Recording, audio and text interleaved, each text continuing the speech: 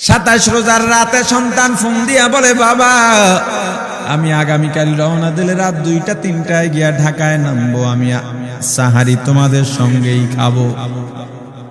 মা বসে আছে, মায়ের সন্তানের বাবাও বসে আছে, সন্তান আসবে। রাত্র 2টা-3টা হয়ে গেছে, সাহারির সময় হয়ে গেছে, সন্তানের খবর নাই।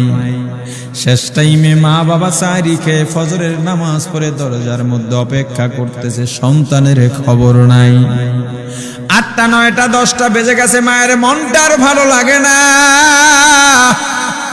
স্বামীকে ডেকে বলে, স্বামীরে আমার সন্তান কই, আমার মনটা ভালো লাগে না, একটা ফোন লাগাও। স্বামী ডাক দিয়া বলে, চিন্তা করো না, ঈদের সময় যানজট থাকতে পারে, চলে আসবে। কিছুক্ষণ পর বাবার মনটাও ভালো লাগে না, বাইরে নেমে পায়চারি করতেছে। হঠাৎ করে একটা ফোন চলে আসছে, সন্তানের ফোন দেখে বাবার সে কি আনন্দ। ফোন রিসিভ করে যখনই সালাম দিল, অপর প্রান্ত থেকে সালামের উত্তরে সন্তানের কণ্ঠ পাওয়া যায় না। বাবা ডেকে বললেন, বাবা তুমি কে? এটা তো আমার সন্তানের কণ্ঠ নয়, তবে মোবাইলটা আমার সন্তানের। ওপার থেকে ডাক দেয়া বলে, আপনি কি এই লোকেই মোবাইলওয়ালার বাবা? বলে, হ্যাঁ। আপনি এখনো বাড়িতে কি করেন? আপনার যেই সন্তান ঢাকা থেকে গাড়ি নিয়া 2500-এর দিকে রওনা দিয়েছিল, ওই গাড়িটা 2500 পৌঁছতে পারে নাই। পথিমধ্যে সংঘর্ষে রাস্তার মধ্যেই অনেকগুলো মানুষ মারা গেছে, অনেক যুবকও তার মধ্যে আছে। রাস্তার পাশে সাদা কাপড় দিয়া ঢাকা। দেখেন আপনার সন্তান এই লাশের মধ্যে আছে কিনা। মোবাইলটা আমি রাস্তার পাশে পড়ে পাইলাম।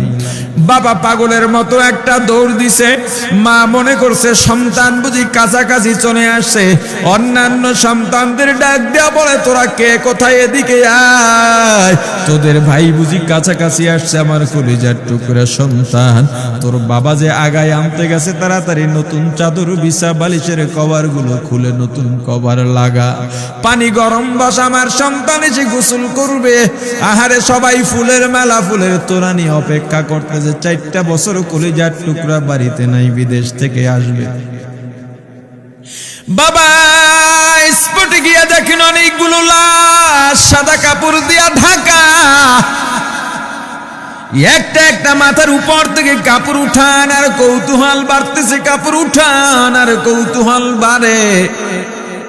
হঠাৎ তাকায় দেখে কলিজার টুকরা সন্তান লাশের মিছিলে শামিল হয়ে গেছে। বাবা সন্তানকে ধরে কাঁদেন আর বলেন, বাবা এত আদর আপ্যায়ন, তোর জন্য এত প্রস্তুতি রে বাবা। তোর মা তোর পথে বসে আছে রে বাবা, কি জবাব দিব বল? তুই যেদিন রওনা দিয়ে বিদেশ চলে গেলি, তোর মা সারা রাত ঘুমায় নাই, দরজায় গিয়া তোর পথের দিকে তাকা রইছে। কত রাত আমি মা আমি বাবা দেখলাম, তোর মা গভীর রাতে বিছানায় নাই, খুঁজতে খুঁজতে দেখলাম দরজায় গিয়া তোর মা কাঁদে। কত রাত তোর মা তোর জন্যে নামাজ পড়তে পড়তে রাত্রটা নির্ঘুম কাটা দিছে রে বাবা। কত রাত তোর মা তোর জন্যে দোয়া করতে করতে নির্ঘুম রাত্র কাটা দিছে। এই 4 বছরে 8টা ঈদ, ঈদের সময় আমরা নতুন কাপড় কিনছি, নতুন কাপড় পরছি।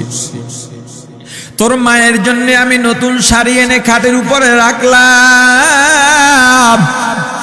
ঈদের নামাজ পড়ে এসে দেখি কাপড়টা খাটের উপরেই আছে। তোর মা প্রথম ঘরেও নাই, মাঝের ঘরেও নাই, পেছনের ঘরেও নাই। খুঁজতে খুঁজতে গিয়া দেখি তোর মা কিচেন রুমে আছে। ওই নাস্তা নাড়াইতেছে, দুধ নাড়তেছে, দুধ উতলাইয়া পুইরা যাইতেছে, খবর নাই। আমি তাকায়া দেখলাম তোর মায়ের 2 চক্ষু দিয়া টপ টপ করে পানি পড়তেছে। ডাক দিয়া বললাম, ওরে বিবি, ঈদের দিনে তুমি কেন কাঁদো? তোমার জন্য শাড়ি আনলাম, সেটাও কেন পরলা না? তোর মা জবাব দিয়া বলছে, রে স্বামী গো, আপনারা যখন নামাজের জন্য রওনা দিয়া গেলেন, আমার অমুক সন্তান আপনার সঙ্গে যায় নামাজ দিয়া নতুন পোশাক পরে নামাজে রওনা দিয়েছে, কত সুন্দর লাগছে দেখতে।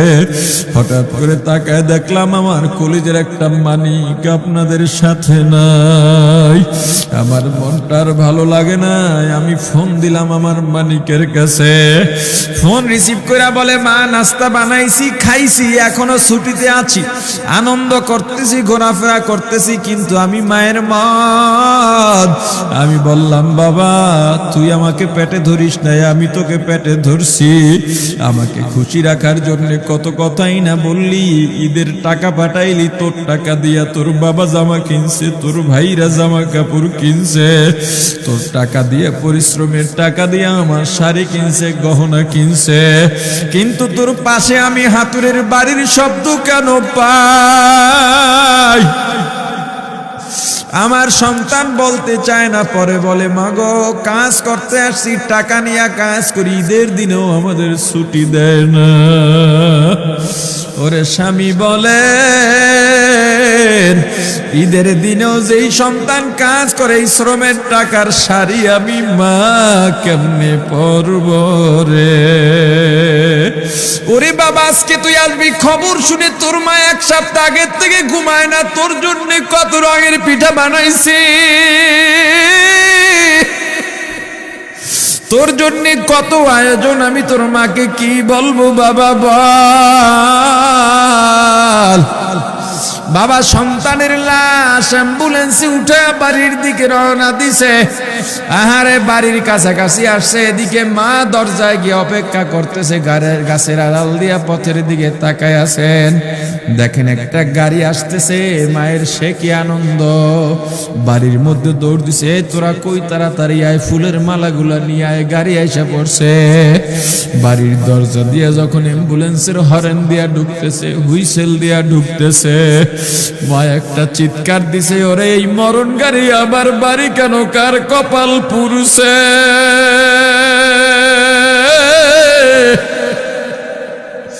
অ্যাম্বুলেন্সের দরজা খুলে তাকায় দেখে কলিজার টুকরা সন্তান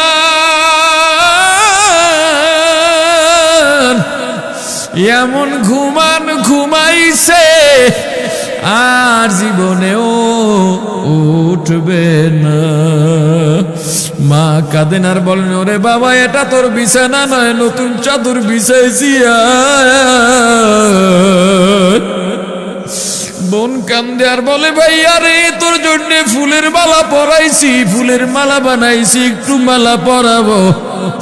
মা ডেকে বলেন, রে সন্তান, 4টা বছর আমি তোর মা ডাক শোনার জন্য অপেক্ষা করছি, তোর জন্য গরম পানি করছিলাম, গোসল করবি, সেই গরম পানি যে তোর জীবনের শেষ গোসল হবে বুঝি নাই। ওরে পর্দালের মাগো, আর কোন ভাষায় বুঝাইলে বুঝবারে মা, দুনিয়ার জীবনটা ক্ষণস্থায়ী, এই দুনিয়ায় নাফরমানি করা যাবে না, এই দুনিয়ায় নাফরমানি করা যাবে না, অহংকার দেখাবার কিচ্ছু নাই, এই দুনিয়া ছেড়ে যাওয়া লাগবে। আল্লাহ এত দয়া করছেন, মায়া করছেন, ওই আল্লাহর সঙ্গে নাফরমানি করো না রে ভাই, ওই আল্লাহর নেয়ামতের অশুকরিয়া করো না, আল্লাহর নেয়ামতের শুকরিয়া আদায় করো, দুনিয়ার সব মোহ ত্যাগ করো, দলের মায়া ত্যাগ করো, দুনিয়ার মায়া ত্যাগ করো। এ আওয়ামী লীগ বিএনপি যারা করো, ক্ষমতায় যারা বারবার যাও, ক্ষমতায় তোমার দল গেলেই তুমি দাপট দেখাও, যুবকরে তোর 2টা পা ধরা লাগলেও পা ধরো রে ভাই, এই ক্ষমতা কিচ্ছু না, দাপট কিচ্ছু না, ওই কিয়ামতের ময়দানের নাজাতের চেয়ে বড় দাপট আর কিচ্ছু নাই। আল্লাহ রক্ত দিছেন, আল্লাহ জীবন দিছেন, আল্লাহর এই রক্ত আর জীবন দুনিয়ার কুফরি পুঁজিবাদী কুফরি গণতন্ত্রের জন্য দিস না, এই রক্ত আল্লাহর জন্য রাখ, এই জীবন আল্লাহর জন্য রাখ, আমার রাসূলের সুন্নাত দিয়া নিজেকে মোড়াইয়া নে, নিজের জীবনটা গড়াইয়া নে, ওই পরকাল হবে তোমার আমার জন্য মহা শান্তির জায়গা। 27 রোজার রাতে সন্তান ফোন দিয়া বলে, বাবা আমি আগামীকাল রওনা দিলে রাত 2টা-3টায় গিয়া ঢাকায় নামবো, আমি সাহারি তোমাদের সঙ্গেই খাবো। মা বসে আছে, মায়ের সন্তানের বাবাও বসে আছে, সন্তান আসবে। রাত্র 2টা-3টা হয়ে গেছে, সাহারির সময় হয়ে গেছে, সন্তানের খবর নাই। শেষ টাইমে মা বাবা সাহারি খেয়ে ফজরের নামাজ পড়ে দরজার মধ্যে অপেক্ষা করতেছে, সন্তানের খবর নাই। 8টা, 9টা, 10টা বেজে গেছে, মায়ের মনটা আর ভালো লাগে না। স্বামীকে ডেকে বলে, স্বামীরে আমার সন্তান কই, আমার মনটা ভালো লাগে না, একটা ফোন লাগাও। স্বামী ডাক দিয়া বলে, চিন্তা করো না, ঈদের সময় যানজট থাকতে পারে, চলে আসবে। কিছুক্ষণ পর বাবার মনটাও ভালো লাগে না, বাইরে নেমে পায়চারি করতেছে। হঠাৎ করে একটা ফোন চলে আসছে। সন্তানের ফোন দেখে বাবার সে কি আনন্দ। ফোন রিসিভ করে যখনই সালাম দিল, অপর প্রান্ত থেকে সালামের উত্তরে সন্তানের কণ্ঠ পাওয়া যায় না। বাবা ডেকে বললেন, বাবা তুমি কে? এটা তো আমার সন্তানের কণ্ঠ নয়, তবে মোবাইলটা আমার সন্তানের। ওপার থেকে ডাক দেয়া বলে, আপনি কি এই লোকেই মোবাইলওয়ালার বাবা? বলে, হ্যাঁ। আপনি এখনো বাড়িতে কি করেন? আপনার যেই সন্তান ঢাকা থেকে গাড়ি নিয়া 2500-এর দিকে রওনা দিয়েছিল, ওই গাড়িটা 2500 পৌঁছতে পারে নাই। পথিমধ্যে সংঘর্ষে রাস্তার মধ্যেই অনেকগুলো মানুষ মারা গেছে, অনেক যুবকও তার মধ্যে আছে। রাস্তার পাশে সাদা কাপড় দিয়া ঢাকা। দেখেন আপনার সন্তান এই লাশের মধ্যে আছে কিনা। মোবাইলটা আমি রাস্তার পাশে পড়ে পাইলাম। বাবা পাগলের মতো একটা দৌড় দিছে। মা মনে করছে সন্তান বুঝি কাছাকাছি চলে আসছে। অন্যান্য সন্তানদের ডাক দেয়া বলে, তোরা কে, কোথায়, এদিকে আয়, তোদের ভাই বুঝি কাছাকাছি আসছে। আমার কলিজার টুকরা সন্তান, তোর বাবা যে আগায় আনতে গেছে, তাড়াতাড়ি নতুন চাদর বিছা, বালিশের কভার গুলো খুলে নতুন কভার লাগা, পানি গরম বসা, আমার সন্তান এসে গোসল করবে। আহারে সবাই ফুলের মেলা, ফুলের তোড়া নিয়ে অপেক্ষা করতেছে। 4টা বছর কলিজার টুকরা বাড়িতে নাই, বিদেশ থেকে আসবে।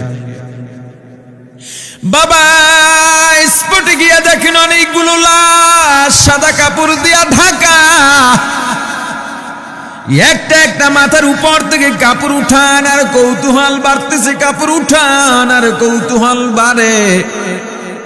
হঠাৎ তাকায় দেখে কলিজার টুকরা সন্তান লাশের মিছিলে শামিল হয়ে গেছে।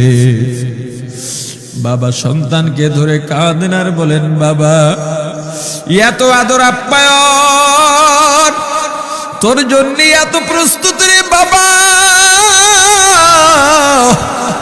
তোর মা তোর পথে বসে আছে রে বাবা, কি জবাব দিব বল? তুই যেদিন রওনা দিয়ে বিদেশ চলে গেলি, তোর মা সারা রাত ঘুমায় নাই, দরজায় গিয়া তোর পথের দিকে তাকা রইছি। কত রাত আমি মা আমি বাবা দেখলাম, তোর মা গভীর রাতে বিছানায় নাই, খুঁজতে খুঁজতে দেখলাম দরজায় গিয়া তোর মা কাঁদে। কত রাত তোর মা তোর জন্যে নামাজ পড়তে পড়তে রাত্রটা নির্ঘুম কাটায় দিছে রে বাবা। কত রাত তোর মা তোর জন্যে দোয়া করতে করতে নির্ঘুম রাত্র কাটায় দিছে। এই 4 বছরে 8টা ঈদ, ঈদের সময় আমরা নতুন কাপড় কিনছি, নতুন কাপড় পরছি। তোর মায়ের জন্য আমি নতুন শাড়ি এনে খাটের উপরে রাখলাম। ঈদের নামাজ পড়ে এসে দেখি কাপড়টা খাটের উপরেই আছে। তোর মা প্রথম ঘরেও নাই, মাঝের ঘরেও নাই, পেছনের ঘরেও নাই। খুঁজতে খুঁজতে গিয়া দেখি তোর মা কিচেন রুমে আছে। ওই নাস্তা নাড়াইতেছে, দুধ নাড়তেছে, দুধ উথলাইয়া পুইরা যাইতেছে, খবর নাই। আমি তাকায় দেখলাম তোর মায়ের 2 চক্ষু দিয়া টপ টপ করে পানি পড়তেছে। ডাক দিয়া বললাম, ওরে বিবি, ঈদের দিনে তুমি কেন কাঁদো? তোমার জন্য শাড়ি আনলাম, সেটাও কেন পরলা না? তোর মা জবাব দিয়া বলছি, রে স্বামী গো, আপনারা যখন নামাজের জন্য রওনা দিয়া গেলেন, আমার অমুক সন্তান আপনার সঙ্গে যায় নামাজ দিয়া নতুন পোশাক পরে নামাজে রওনা দিয়েছে, কত সুন্দর লাগছে দেখতে। হঠাৎ করে তাকায় দেখলাম আমার কলিজের একটা মানিক আপনাদের সাথে নাই। আমার মনটার ভালো লাগে না, আমি ফোন দিলাম আমার মানিকের কাছে। ফোন রিসিভ করে বলে, মা নাস্তা বানাইছি, খাইছি, এখনো ছুটিতে আছি, আনন্দ করতেছি, ঘোরাফেরা করতেছি, কিন্তু আমি মায়ের মন। আমি বললাম, বাবা তুই আমাকে পেটে ধরিস নাই, আমি তোকে পেটে ধরছি। আমাকে খুশি রাখার জন্য কত কথাই না বললি, ঈদের টাকা পাঠাইলি, তোর টাকা দিয়া তোর বাবা জামা কিনছে, তোর ভাইরা জামা কাপড় কিনছে, তোর টাকা দিয়ে পরিশ্রমের টাকা দিয়ে আমার শাড়ি কিনছে, গহনা কিনছে, কিন্তু তোর পাশে আমি হাতুড়ের বাড়ির শব্দ কেন পাই? আমার সন্তান বলতে চায় না, পরে বলে, মাগো কাজ করতে আসছি, টাকা নিয়ে কাজ করি, ঈদের দিনেও আমাদের ছুটি দেয় না। ওরে স্বামী বলে,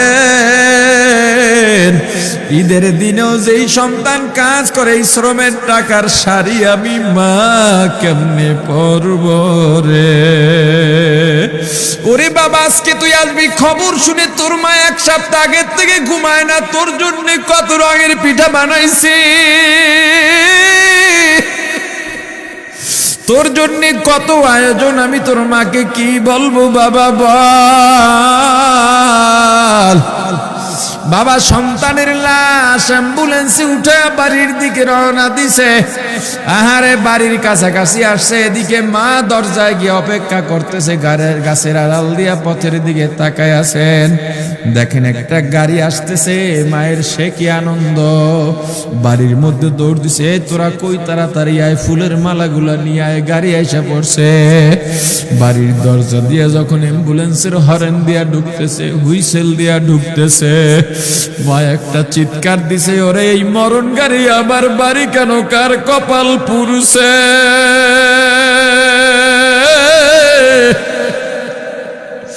অ্যাম্বুলেন্সের দরজা খুলে তাকায় দেখে কলিজার টুকরা সন্তান